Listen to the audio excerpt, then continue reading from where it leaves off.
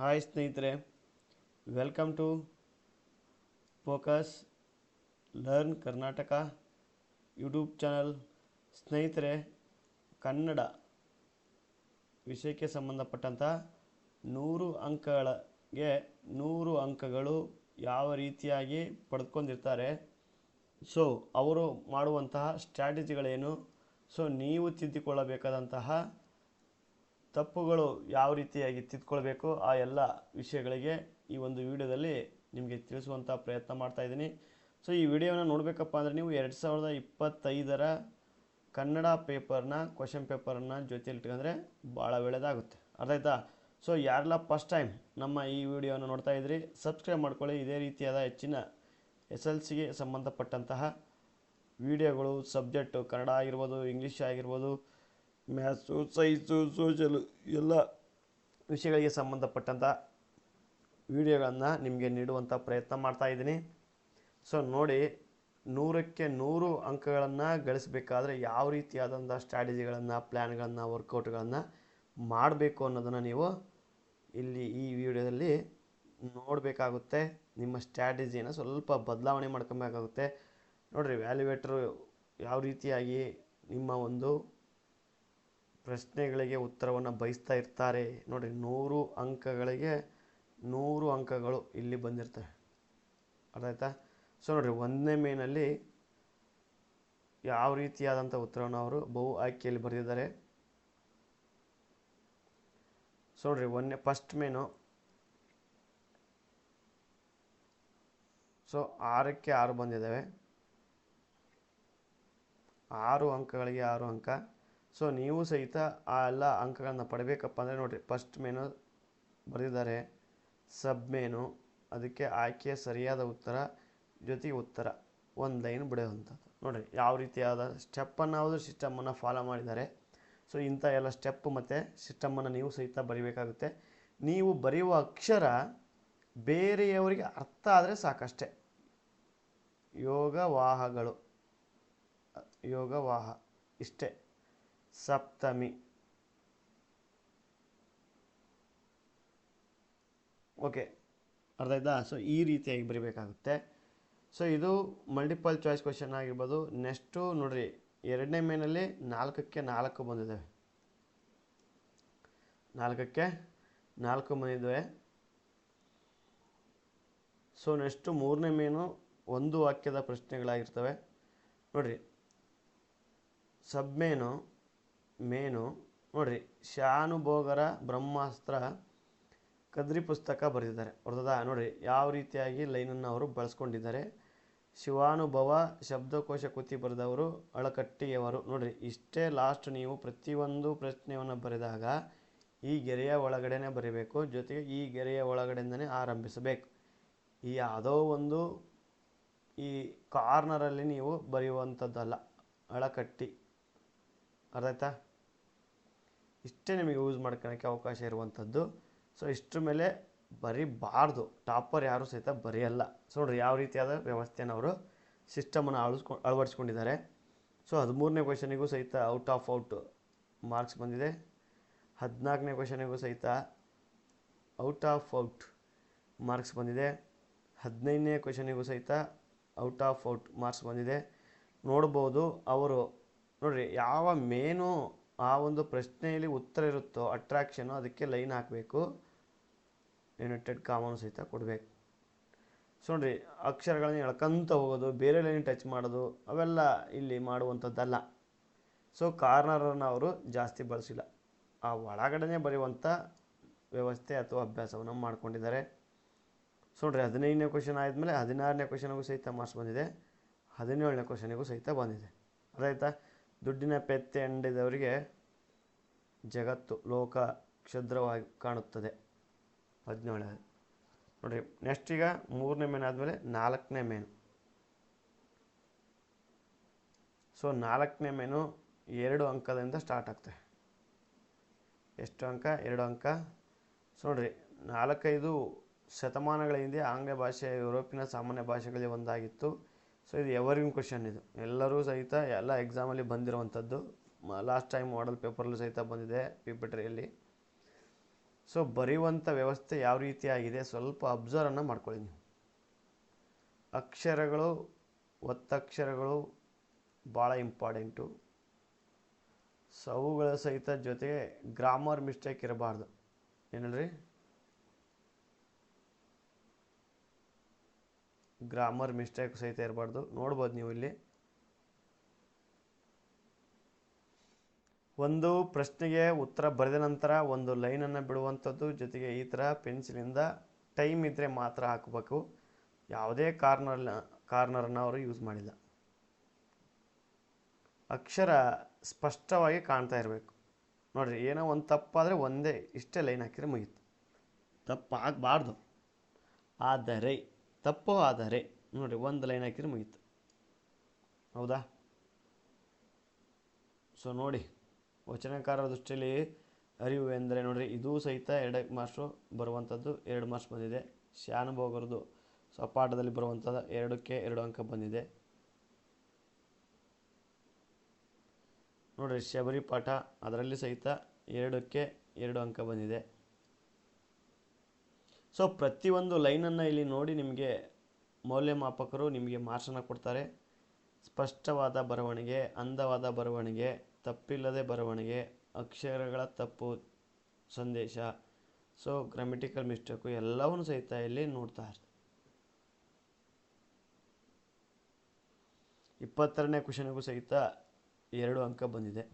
ನೋಡಿರಿ, 23 ಸಹಿತ 2 ಅಂಕ, 24 ಸಹಿತ 2 ಅಂಕ. ಬಟ್ ಇಲ್ಲಿ ಕೊಟ್ಟಿದ್ದಾರೆ ನೋಡಿ, ಹೌದಾ? 25ಕ್ಕೂ ಸಹಿತ 2 ಅಂಕ ಬಂದಿದೆ. ಸ್ಪಷ್ಟವಾಗಿ ಬರೆದಿದ್ದಾರೆ, ಯಾವುದೇ ಕಾರ್ನರನ್ನು ಯೂಸ್ ಮಾಡಿಲ್ಲ, ನೆಕ್ಸ್ಟ್ ಲೈನಿಗೆ ಬಂದುಬಿಟ್ಟಾರೆ. ಹೌದಾ? ಅಕ್ಷರಗಳ ಮಧ್ಯೆ ಗ್ಯಾಪ್ ನೋಡಿ, ಪ್ರತಿಯೊಂದು ಶಬ್ದದ ಮಧ್ಯೆ ಇರುವಂತಹ ಗ್ಯಾಪು, ಅಕ್ಷರಗಳ ಬಳಕೆ, ಸಾಲಿನ ಒಂದು ಬಳಸುವ ವ್ಯವಸ್ಥೆ, ಅವರ ಪ್ರೆಸೆಂಟೇಷನ್ನು, ಸೊ ಇವೆಲ್ಲವೂ ಸಹಿತ ಇರುತ್ತೆ ನೋಡಿ. ತಪ್ಪಾಗಿರುತ್ತೆ, ಬಟ್ ಒಂದು ಲೈನ್ ಹಾಕಿದರೆ ಮುಗಿಯುತ್ತೆ, ಮತ್ತೇನಿಲ್ಲ. ಆದಷ್ಟು ತಪ್ಪುಗಳು ಕಡಿಮೆ ಇದ್ದರೆ ಒಳ್ಳೆಯದು. ಸೊ 26ನೇ ಕ್ವಶನಿಗೂ ಸಹಿತ ಅವರು 2 ಅಂಕವನ್ನು ಪಡೆದಿದ್ದಾರೆ.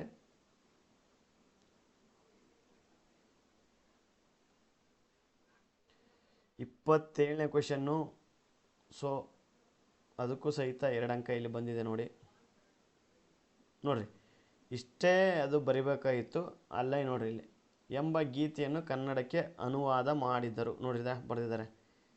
ಸೊ ಕೆಲವು ಹುಡುಗರು ಏನು ಮಾಡಿಬಿಡ್ತಾರೆ, ಅನುವಾದಕ್ಕೆ ಮತ್ತೇನು ಬೇರೆ ಲೈನಿಗೆ ಅಂತ ಬೇರೆ ಪೇಜಿಗೆ ಹೋಗ್ಬೇಕು ಅಂದು ಅನುವಾದ ಮಾಡಿದರು. ಅಂದರೆ ಈ ಲೈನಿಂದ ಕೆಳಗಡೆ ಏನೋ ಬಳಸ್ಕೊಬಾರ್ದು. ಡೆಡ್ಲೈನ್ ಇದೆಯಲ್ಲ, ಎಂಡ್ಲೈನು, ಅದ್ರ ಕೆಳಗಡೆ ಬಳಸಬಾರ್ದು. ನೆಕ್ಸ್ಟ್ ಲೈನನ್ನು ಬಳಸಬೇಕು. ನೋಡಿರಿ, 2 ವರ್ಡ್ ಇದ್ದಾವೆ, 2 ವರ್ಡನ್ನು ಸಹಿತ ಅವರು ಬೇರೆ ಲೈನಲ್ಲಿ ಬಳಸಿದ್ದಾರೆ. ಸೊ ಇದು ಒಂದು ಔಟ್ ಆಫ್ ಔಟ್ ತೆಗೆಯುವಂಥ ವಿದ್ಯಾರ್ಥಿಯ ಗುಣಲಕ್ಷಣಗಳಾಗಿರ್ತವೆ. ಸೊ ನೋಡಿರಿ, 5ನೇದು ಕವಿ ಪರಿಚಯ, 5ನೇ ಮನೆಯಲ್ಲಿ 28ನೇದು 3 ಅಂಕ ಸ್ಟಾರ್ಟ್ ಆಗ್ತವೆ. ಇಲ್ಲಿಂದ 28ರಿಂದ 38. ಈ ಒಂದು ಕ್ವಶನಲ್ಲಿ ನಿಮಗೆ 3ಕ್ಕೆ 3 ಅಂಕಗಳನ್ನು ಪಡ್ಕೊಬೇಕಾಗುತ್ತೆ. ಸೊ ನೋಡಿರಿ, ಎಂ ಮರಿಯಪ್ಪ ಭಟ್ ಅವರು ಕುಮಾರವ್ಯಾಸರ ಬಗ್ಗೆ ಕೇಳಿದ್ದಾರೆ. ಸೊ ಇಲ್ಲಿ ಸಹಿತ ಅವರಿಗೆ 3 ಅಂಕ ಬಂದಿದ್ದಾವೆ. ನೆಕ್ಸ್ಟು ಚಂಪಕಮಾಲ ವೃತ್ತ ಛಂದಸ್ಸು. ಸೊ ಅಲಂಕಾರಕ್ಕೂ ಸಹಿತ ನೋಡಿರಿ, ಯಾವ ಅಲಂಕಾರ ಬರೆದಿದ್ದಾರೆ, ಲಕ್ಷಣ ಬರೆದಿದ್ದಾರೆ, ಉಪಮೇಯ, ಉಪಮಾನ, ಮತ್ತು ಇಲ್ಲಿ ತಪ್ಪು, ಸಮನ್ವಯ, ಈ ಲೈನಲ್ಲಿ ಬರೀಬೇಕಾಗಿತ್ತು, ಮತ್ತು ಈ ಲೈನ್ ಬರೀತಾರೆ ನೋಡಿರಿ. So total 3 marks. ಸೊ ಇವನ್ನೆಲ್ಲ ಕ್ಲೀನಾಗಿ ಅಬ್ಸರ್ವ್ ಮಾಡಿಕೊಂಡು ನಿಮ್ಮ ಒಂದು ಬರವಣಿಗೆಯ ಶೈಲಿಯಲ್ಲಿ ಸ್ವಲ್ಪ ತಿದ್ದುಕೊಳ್ಳಿ. ಸೊ ನೋಡಿರಿ, ನೆಕ್ಸ್ಟು 8ನೇ ಮೇನು 3 ಮಾರ್ಕ್ಸಿಗೆ ಬರುತ್ತದೆ. ಇದು ಅಂದರೆ ಗಾದೆ ಮಾತು, ಆಳಾಗಿ ಬಲ್ಲವನು ಅರಸನಾಗಬಲ್ಲ. ಸೊ ಆ ಒಂದು ಗಾದೆಯ ಮಹತ್ವವನ್ನು ಬರಿಬೇಕಾಗುತ್ತೆ, ಅದರ ಒಳಾರ್ಥವನ್ನು ಸಹಿತ ಬರಿಬೇಕಾಗುತ್ತೆ. ನೆಕ್ಸ್ಟು ಹೊರ ಅರ್ಥ. ಸೊ ಇಷ್ಟೆಲ್ಲ ಒಂದು ನೀವು ಬರೆದಾಗ 3 ಅಂಕ, ಸ್ಟೆಪ್ ಬೈ ಸ್ಟೆಪ್, 1 1 1. ಸೊ ನೋಡಿರಿ, ಹೌದಾ? 33 ನೋಡಿರಿ. ಶಿಕ್ಷಣಕ್ಕಾಗಿ ಶಿಕ್ಷಣವಿರಬೇಕು ಆಯ್ಕೆ ಭಾಳ ರಿಪೀಟೆಡ್ ಕ್ವೆಶನ್ ಎಕ್ಸ್ಪೆಕ್ಟೆಡ್ ಕ್ವೆಶನ್ ಇವೆಲ್ಲ ಮೋಸ್ಟ್ 3 ಮಾರ್ಕ್ಸಿಗೆ. ಸೊ ಮಾಡಲ್ ಪೇಪರ್ ಪಿಪೆಟ್ರಿ ಕೇಳಿದಂಥ ಪ್ರಶ್ನೆಗಳಿವು. ಶಿಕ್ಷಣಕ್ಕಾಗಿ ಶಿಕ್ಷಣವಿರಬೇಕು, ಹಾಳಾಗಿ ಬಲ್ಲವನು ಅರಸನಾಗಬಲ್ಲ. ನೋಡಿರಿ, ಫಸ್ಟಿಗೆ ಆಯ್ಕೆ ಯಾವ ರೀತಿಯಾಗಿ ಪ್ರೆಸೆಂಟೇಷನ್ ಮಾಡಬೇಕು, ಸಂದರ್ಭ ಅವರು ಹೇಳಿದಂಥದ್ದು ಎಲ್ಲಿ, ಅದರ ಸ್ವಾರಸ್ಯ, ಈ ಎಲ್ಲ ಸ್ಟೆಪ್ಪನ್ನು ನೀವು ಕಂಪ್ಲೀಟ್ ಮಾಡಿದಾಗ 3 ಅಂಕವನ್ನು ಪಡೆದುಕೊಳ್ಳೋಕ್ಕೆ ಚಾನ್ಸಸ್ ಇರುತ್ತೆ. 34ನೇದು ಪ್ರವಾಸವು ಶಿಕ್ಷಣದ ಬಗ್ಗೆ ಒಂದು ಭಾಗವಾಗಿದೆ. ಸೊ ನೋಡಿರಿ, ಸೇಮು ಸ್ಟೆಪ್ಪು, ಆಯ್ಕೆ, ಸಂದರ್ಭ, ಸ್ವಾರಸ್ಯ, 3ಕ್ಕೆ 3 ಅಂಕ. 35ನೇದೀಗ ನೋಡಿರಿ, 35ರಲ್ಲಿ ಸಹಿತ ಅವರು 3 ಅಂಕನ ಪಡ್ಕೊಂಡಿದ್ದಾರೆ. ಸೇಮ್ ಸ್ಟೆಪ್ ನೋಡಿರಿ, ಯಾವುದಾದ್ರೂ ಲೈನ್ ಟಚ್ ಒಂದು ಅಕ್ಷರನಾರ ಆಗಿದೆಯಾ ಅಬ್ಸರ್ವ್ ಮಾಡ್ತೀರಾ ನೀವು? ಈ ಲೈನ್ ಒಂದು ಅಕ್ಷರ ಟಚ್ ಆಗಿದೆಯಾ? ಇದ್ರ ಮೇಲೆ ಗೀಚ್ಬಿಡ್ತಾರೆ ನಮ್ಮ ಹುಡುಗರು, ಅವಲ್ಲ ತಪ್ಪು, ಈ ಥರ ಮಾಡಬಾರ್ದು. ನೋಡಿ 3 ಅಂಕ ಆಯಿತು. 36 ಸೇಮ್ ಸ್ಟೆಪ್ಪು, 3 ಮಾರ್ಕ್ಸು. 37ನೇ ಕ್ವೆಶನ್ನು ಸೇಮ್ ಸ್ಟೆಪ್ಪು, 3 ಮಾರ್ಕ್ಸು. ಯಾವ ಪಾಠದಿಂದ ಪಡೆದಿದ್ದಾರೆ ನೋಡಿರಿ, ಎಲ್ಲ ನೋಡಿರಿ, ಲೈನ್ ಬಿಡಬೇಕು. ಆಯ್ಕೆ ಬರೆದ್ರೆ 1 ಲೈನ್ ಬಿಡಿ, ಸಂದರ್ಭ ಬರೆದ್ರೆ 1 ಲೈನ್ ಬಿಡಿ. ಸೊ ನೆಕ್ಸ್ಟ್ ಕ್ವೆಶನ್ನಿಗೆ ಆನ್ಸರೇ ಮುಗಿತಾ 1 ಲೈನ್ ಬಿಡಿ. ಸೊ ಅದು ನೋಡುಗರ ಒಂದು ಆಕರ್ಷಣೀಯವಾದಂಥ ಉತ್ತರ ಆಗುತ್ತೆ. ಸ್ಟೆಪ್ ಬೈ ಸ್ಟೆಪ್ ಬಿಟ್ಟ ನೋಡಿರಿ, 3ಕ್ಕೆ 3 ಬಂತು. 38ನೇ ಕ್ವೆಶನ್ ನೋಡಿ, ಆಯ್ಕೆ, ಸಂದರ್ಭ, ಸ್ವಾರಸ್ಯ. ನೆಕ್ಸ್ಟ್ 39 ಪದ್ಯ, 4 ಅಂಕ. ಲೈನ್ ಬಿಟ್ಟಿರೋದು ನೋಡಿ, ಉತ್ತರ ಗೊತ್ತಿರುತ್ತೆ but presentation is very important. So 40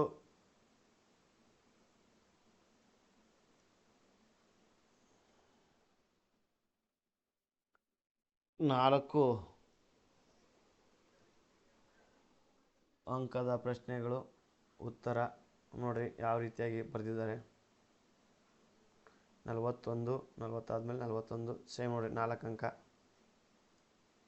ತಪ್ಪು. 42 4 ಅಂಕದ ಪ್ರಶ್ನೆ ಉತ್ತರ ಸ್ಟೆಪ್ ನೋಡಿ ಹೇಳಿದ್ದಾರೆ ನೋಡಿ, ಲೈನ್ ಬಿಟ್ಟದ್ದು ನೋಡಿ.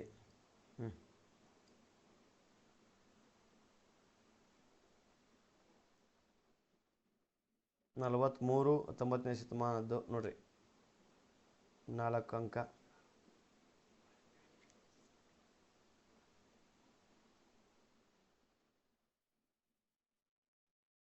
ನೆಕ್ಸ್ಟ್ 44 ಪತ್ರ, ದಿನಾಂಕ, ಇಂದ, ಇವರಿಗೆ, ಮಾನ್ಯರೇ, ವಿಷಯ. ನೆಕ್ಸ್ಟ್ ವಿಷಯದ ಪ್ರೆಸೆಂಟೇಷನ್ನು, ವಂದನೆ, ಇಂತಿ ನಿಮ್ಮ, ಮತ್ತು ಪತ್ರದ ಹೊರಗಡೆ ಬರಿಬೇಕು, ಹೊರವಿಳಾಸ ಎಲ್ಲಿ ಹೋಗುತ್ತೆ ಅವರಿಗೆ, ಇವರಿಗೆ, ಯಾರಿಂದ, ಇವರಿಂದ. ಅರ್ಥಾಯ್ತಾ? ಇದು ಪತ್ರದ ಒಳಗಾಂಶ, ಇದು ಹೊರಾಂಶ. ಇಷ್ಟೆಲ್ಲ ಸ್ಟೆಪ್ಪನ್ನು ನೀವು ಪೂರೈಸಿದಾಗ 5 ಅಂಕ ಪಡ್ಕೊಳ್ಳೋಕ್ಕೆ ಸಾಧ್ಯ ಆಗುತ್ತೆ.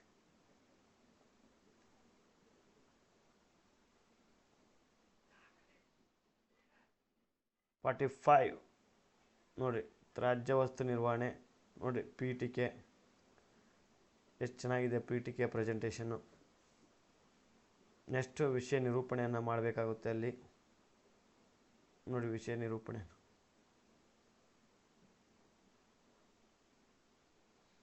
ಉಪಸಂಹಾರ ನೋಡಿ, ಇವೆಲ್ಲ ಮಾಡಿದಾಗ 5 ಅಂಕ ಪಡ್ಕೊಳ್ಳೋಕ್ಕೆ ಸಾಧ್ಯ. ಸೊ ಅಲ್ಲಿ 30ನೇ ಕ್ವೆಶನ್ ಮತ್ತೆ ಬರೆದಿದ್ದಾರೆ, ರಿಪೀಟ್ ನೋಡಿರಿ. ನೀವು ಉತ್ತರ ಗೊತ್ತಿಲ್ಲ ಅಂದರೆ ರಿಪೀಟು ಬರೆಯುವ ಹಾಗಿಲ್ಲ, ಬರೆದದ್ದೇನೋ ಇಲ್ಲ ಅಂತ ಚೆಕ್ ಮಾಡ್ಕೊಳ್ಳಿ. ಸೊ ಕನ್ಫ್ಯೂಸ್ ಮಾಡೋಕ್ಕೆ ಹೋಗ್ಬೇಡ್ರಿ, ವ್ಯಾಲ್ಯೂವೇಟ್ರಿಗೆ ತಲೆ ಇಡ್ಸೋಕೆ ಹೋಗ್ಬೇಡ್ರಿ, ತಲೆ ಬಿಸಿ ಮಾಡಿಸ್ಬೇಡ್ರಿ. ನೋಡಿ, ಅವ್ರು ರಿಪೀಟ್ ಅಂತ ಹಾಕ್ತಾರೆ, ಮಾರ್ಕ್ಸ್ ಕೊಡೋಂಗಿಲ್ಲ, ಬರೆಯೋದು ತಪ್ಪಿದು. ಸೊ ಇಷ್ಟೆಲ್ಲ ಸ್ಟೆಪ್ಪನ್ನು ನೀವು ಕ್ಲೀನಾಗಿ ಮಾಡಿದಾಗ, ಬರೆದಾಗ 100ಕ್ಕೆ 100 ಅಂಕ ಬರ್ತದೆ. ಸೊ ಯಾರಿಗೆಲ್ಲ ವಿಡಿಯೋ ಇಷ್ಟ ಆದರೆ ಲೈಕ್ ಮಾಡಿ, ಶೇರ್ ಮಾಡಿ, ಕಮೆಂಟ್ ಮಾಡಿ, ನಿಮ್ಮ ಫ್ರೆಂಡ್ಸಿಗೆಲ್ಲ ಸಹಿತ ಈ ಒಂದು ವಿಡಿಯೋನ ಶೇರ್ ಮಾಡಿ. ಇನ್ನೇನು 18 ಕೆಲವೇ ದಿನಗಳು ಬಾಕಿ ಇದೆ ಎಕ್ಸಾಮಿಗೆ, ತಯಾರಿ ಮಾಡ್ಕೊಳ್ಳಿ ಆದಷ್ಟು ಬೇಗ. ಈಗ ಎರರನ್ನು ಸ್ವಲ್ಪ ತಿದ್ಕೊಳ್ಳೋ ಸಮಯ. ಸೊ ಅದಕ್ಕಾಗಿ ಈ ಒಂದು ವಿಡಿಯೋನ ನಿಮ್ಮ ಮುಂದೆ ತರಲು ನಾವು ಪ್ರಯತ್ನ ಮಾಡಿದ್ದೀವಿ ಅಂತ ಹೇಳ್ತಾ, ಸೊ ಮುಂದಿನ ವಿಡಿಯೋದಲ್ಲಿ ಸಿಗೋಣ.